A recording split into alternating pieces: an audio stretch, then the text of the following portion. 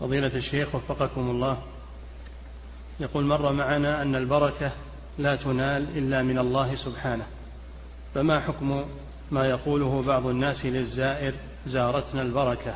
أي لا يقول هكذا، لا يقول هكذا، البركة من الله جل وعلا، الزائر ما جاب بركة، الذي يأتي بها هو الله سبحانه وتعالى. نعم.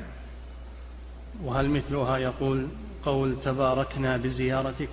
لا، ما يجوز، لفظة تبارك ما تجوز إلا لله سبحانه وتعالى، ما تقول تباركت يا فلان، تبارك علينا يا فلان، هذا ما يجوز. نعم.